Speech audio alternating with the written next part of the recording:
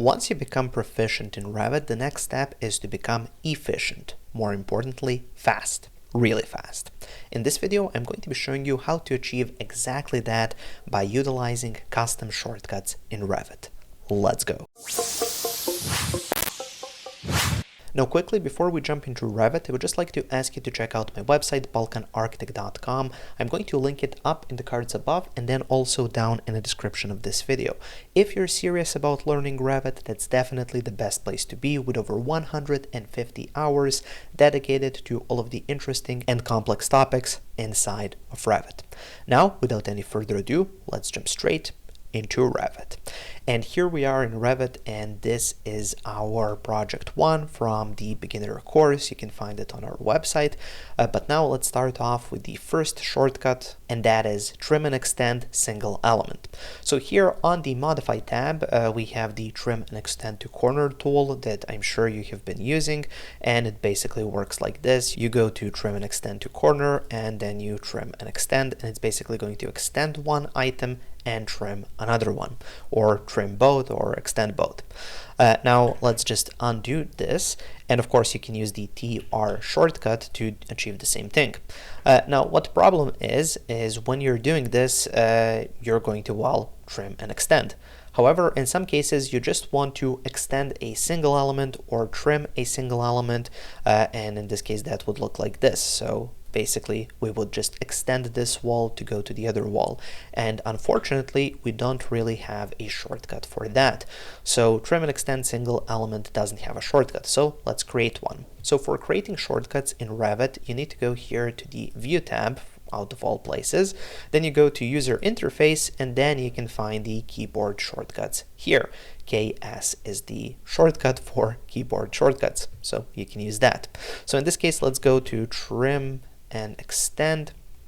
So here we have trim and extend single element, and I can just add a shortcut. So I'm just going to type in TS and then click assign. Now this is currently used for topo solid smooth shading, so I'm just going to be using this shortcut for this now. So I'm just going to click OK, and we're basically taking this now for our trim and extend. Now, because we don't want to confuse Revit, let's search for that topo solid smooth shading. Here it is, and then I can just click here and remove the shortcut here, so it's no longer going to be used for this. I don't use topo solid smooth shading that much. I do use trim and extend single element a lot more, so I can remove it here. I can then click OK. So now I can just type out TS for trim and extend single element, click where to extend, and then what to extend, and there we go.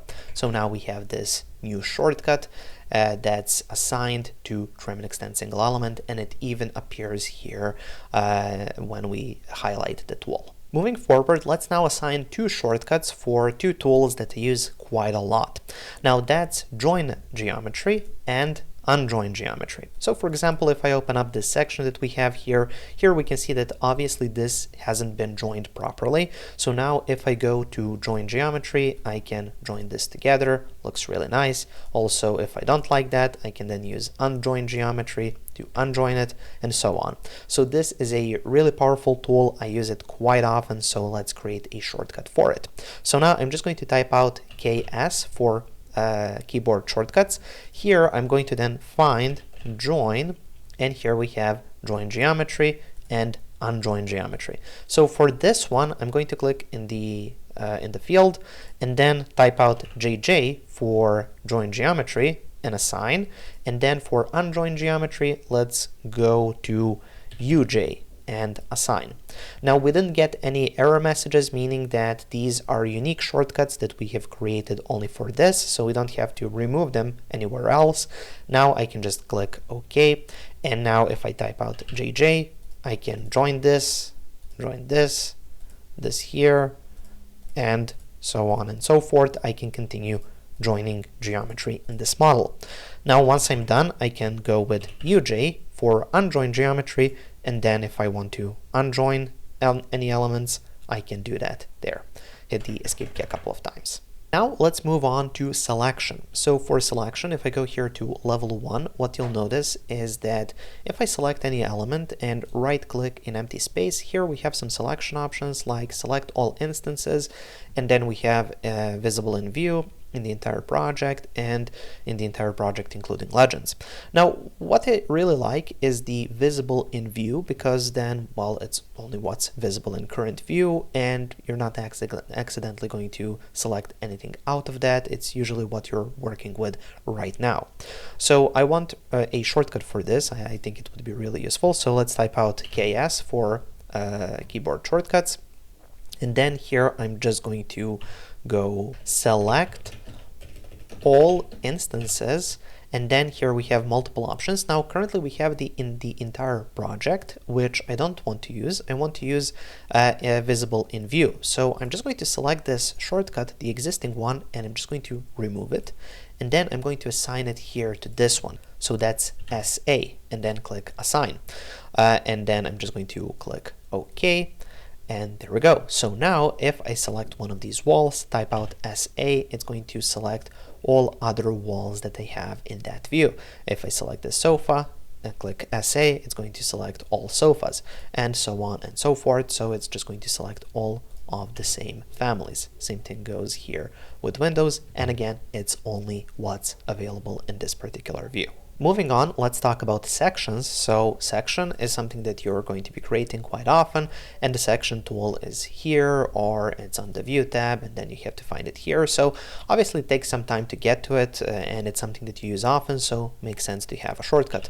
So let's open up keyboard shortcuts, find section, and then here for section, we can go with something like Shift S. So I'm just going to assign Shift S to section. So let's assign that, click OK. And now once I type out Shift S, it's going to go into section, so I can create a new section in my Revit model. Now speaking of views, let's talk about duplicating views. This is something that you're going to be doing often. So for example, here I am in level 1. If I want to duplicate it, I have to go right click, duplicate view, and then we have multiple options that I can pick. Now the two popular ones are definitely going to be duplicate and duplicate with detailing. So it makes sense to have shortcuts for this. So let's go to keyboard shortcuts, KS is the shortcut, and then find duplicate view. Here we go, and here we have the detailing. So for this one, I'm just going to go with DD. And something that you'll notice is here you're using capital letters. You don't have to use the shift when you type it out. So for example, if I go with Shift D, it's going to give me Shift D, and if I just type out DD, it's going to give me DD. So it's going to capitalize the letters automatically, so you don't have to use Shift. So just be careful of that. And then for this one, I'm going to be going with DVD, Blast from the Past. Okay, so once we have created these new shortcuts, let's click OK. And now if I go DD, it's going to create a copy.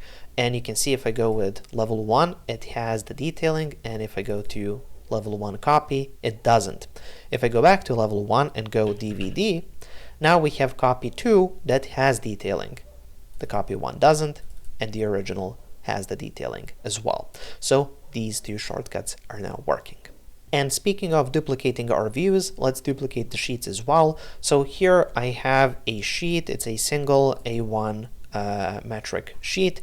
Now I often like to create new sheets, of course, as anybody does, but I like to create the same type because usually you're going to have 1 or 2 formats and then you're just going to be duplicating that.